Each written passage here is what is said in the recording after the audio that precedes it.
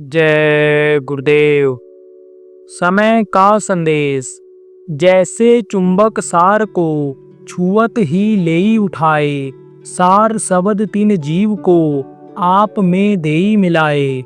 जैसे ये जीवात्मा अपना स्थान छोड़ेगी, ऊपर की तरफ बढ़ेगी, तैसे ही जैसे चुंबक सार को छुअत ही लेई उठाए। चुंबक क्या करता है? सार माने होता है लोहा, तो लोहा के नजदीक ले जाओ। अगर भारी चुंबक होगा, ज्यादा ताकतवर होगा, तो मोटे लोहे को उठा लेगा। हल्का होगा तो सुई को उठा लेगा। चुंबक के अंदर ये गुण है कि लोहा को खींचता है अपनी तरफ। जैसे चुंबक लोहे को छूते ही खींच लेता है अपनी तरफ, उसी तरह से जैसे ही यह जीवात्मा अपनी जगह को छोड़ती है, वो सार सबद खींचता है अपनी तरफ और खींच करके ले जाता है। और धीरे धीरे अभ्यास करते करते आप में मिला देता है। आप माने परमात्मा प्रभु सतपुरुष से मिला देता है। उसमें इतनी ताकत होती है, खींचे चले जाता है। चुंबकत्व शक्ति बहुत होती है।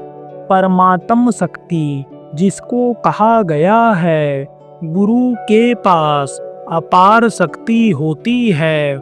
गुरु हाड़ मांस के शरीर का नाम नहीं होता, हड्डी और मांस के शरीर का नाम गुरु नहीं होता है। गुरु एक पावर होता है, गुरु एक शक्ति होती है। और वो शक्ति जिसके अंदर आ जाती है, वही गुरु का काम करने लग जाता है। गुरु की ताकत आ जाती है। वो आती है कैसे? वो गुरु की दया से ही आती है। वो उनकी गुरु की दया से ही आती है। तो गुरु की दया उनकी मेहनत से आती है। वो मेहनत के आधार पर शक्ति देते हैं, ताकत देते हैं। तो गुरु एक शक्ति होती है। उनके पास अपार शक्ति होती है। अपार शक्ति किसको कहते हैं? जिसको कहते हो इनके पास अचूक धन है, मतलब इतना धन है कि कितना भी यह खर्च करो तो ये खर्च नहीं कर सकते हैं। जिसको अचूक धन कहते हैं, अकूत धन कहते हैं। इसी तरह से गुरु के पास इतनी शक्ति होती है कि कितने लोगों को वो बांट दें, कितने लोगों को वो दे दे शक्ति को, तो भी वह कम नहीं होगी। तो गुरु की दया और गुरु की शक्ति लेने के लिए वैसा बनना पड़ता है। तो आपको बार बार बताया जाता है कि भाई गुरु भक्ति करो, जो गुरु कहें उसको करते जाओ, जो गुरु करें उसको कभी ना करो। यही है गुरु भक्ति। गुरु भक्ति इसको कहते हैं। गुरु भक्ति कितने प्रकार की होती है?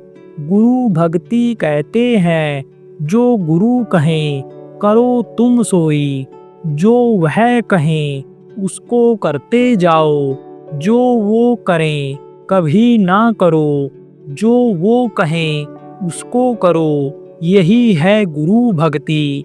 गुरु भक्तों को देखो, इतिहास पड़ा हुआ है। गुरु भगत गुरु भक्ति से हटे नहीं, रात रात खड़े रहे। जहां निजामुद्दीन औलिया और तमाम लोगों ने परीक्षा लिया, तो उनके जो मुरीद थे वो खड़े रहे। फिर गुरु ने देखो चबूतरा बनवाया। कितनी बार बनवाया? 80 बार, 85 बार। कितनी बार गड्ढा खुदवाया गुरु महाराज ने, और फिर पटवा दिया, कितनी बार घर बनवाया और फिर कहा उजाड़ दो। तो अब आप ये समझो, वो जो कहें उसी में भलाई है, उसी में फायदा है। वो भक्ति है, बहाए भक्ति। गुरु की सेवा में सबकी सेवा, गुरु सम्मान कोई और न देवा। गुरु की सेवा के अलावा और कोई देव नहीं, कि जिसकी सेवा किया जाए। तो हमको आपको तो गुरु महाराज मिल गए, अब इनकी सेवा करनी है। तो प्रेमियों, जो गुरु भाई गुरु बहन हमारे हो, नामदानी हो, अब गुरु की क्या सेवा कर पाओगे। बहाए सेवा जिसको कहते हैं, अब तो न वो आदेश देंगे शरीर से, न उसका आप पालन कर पाओगे, ना उनका पैर छू पाओगे, ना पैर धो पाओगे, ना उनका सिर दबा पाओगे, ना उनको एक गिलास पानी पिला पाओगे, न 2 रोटी खिला पाओगे, क्योंकि वो शरीर छोड़कर तो चले गए, लेकिन वो शक्ति तो अभी छोड़ गए हैं, ताकत तो छोड़ गए हैं, काम तो वो हमारे आपको देकर गए हैं कि इस काम को करो। यही है गुरु का आदेश, बहाए आदेश। आंतरिक आदेश किसको कहते हैं? आंतरिक आदेश ये जो देकर के गए कि अंतर की पूजा करो, बहाए पूजा न करो, जिसमें लोग फंसे हुए हैं। जय गुरुदेव।